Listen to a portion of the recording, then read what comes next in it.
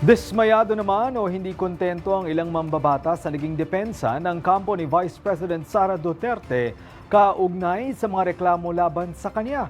Anila may sapat na batayan para ipagpatuloy ang impeachment proceedings laban sa Vice Presidente. Live mula sa Batasang Pambansa, si Bien Manalo para sa 13 sa tanghali. Bien? Kaugnay nga niyan ay idineklara na ng House Committee on Justice bilang sufficient in grounds ang 3rd at 4th impeachment complaints laban kay Vice President Sara Duterte. Sa pagdinig, sinuri ng komite ang naging tugon ng kampo ni VP Sara kung may sapat ba itong batayan o sufficiency in grounds para ipagpatuloy ang impeachment proceedings. Matatandaan nung March 16 bandang alas 4:30 ng hapon nang matanggap ng House Committee on Justice ang tugon ng kampo ni Vice Presidente. Ito ang huling araw ng non-extendable 10 calendar days na ibinigay sa kanya ng komite para sagutin ang lahat ng aligasyon laban sa kanya. May 15 pahina ang sagot ng bise at permado ito ng 16 na abogado. Tugon ito sa 3rd impeachment complaint o ang Saballa et al. Complaint at ang 4th impeachment complaint o ang Cabrera et al. Complaint. Kabilang sa mga aligasyon sa kanya ang umano'y pagbabanta sa buhay ng ilang matataas na opisyal ng bansa kabilang na ang Pangulo. Hindi pagpapakita ng tamang yaman, panunuhol at maling paggamit ng confidential fund. Hindi po ito paglilitis. Hindi pa. We are here for one question. Isang tanong lang, may sapat bang batayan para ituloy ang proseso ng impeachment?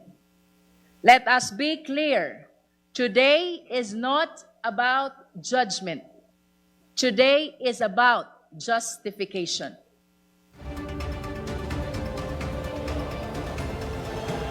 Dismayado naman o hindi kontento si Kabataan Party List Representative Renico sa naging depensa ng kampo ni VP Sara. Kinakailangan aniya na iharap sa proper committee hearing ang mga testigo, mosyon at mapakinggan ang bawat paniga para malaman na kung may probable cause para may akyat na ito sa Senado. Pero kung iisa-isahin natin yung kanyang naging content doon sa kanyang answer, they are non-answers. They are continuously pagbalik doon sa and pag-harp on sa naging proceedings ng sufficiency in form, sufficiency in substance.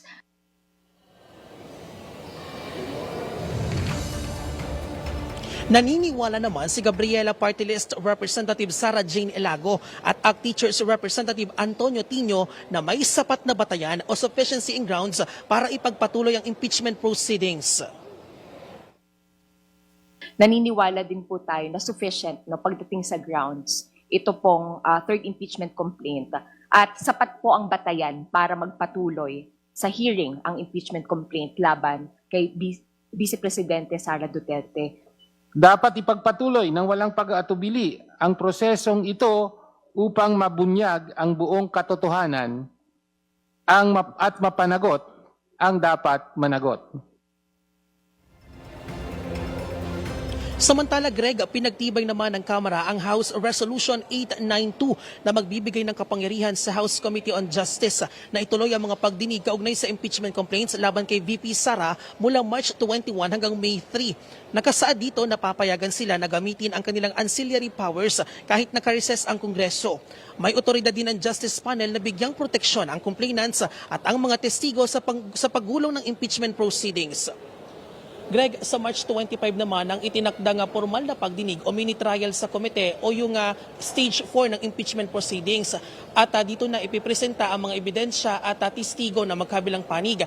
Kabilang na nga dyan, ito nga umano'y dating bagman ni VP Sara ni Sir Ramil Madriaga para malaman kung may probable cause itong mga reklamo. At sakali naman, Greg, na makitaan ng probable cause itong mga naturang reklamo ay dito nagagawa ng committee report ang komite na siyang ipapasa naman sa plenaryo.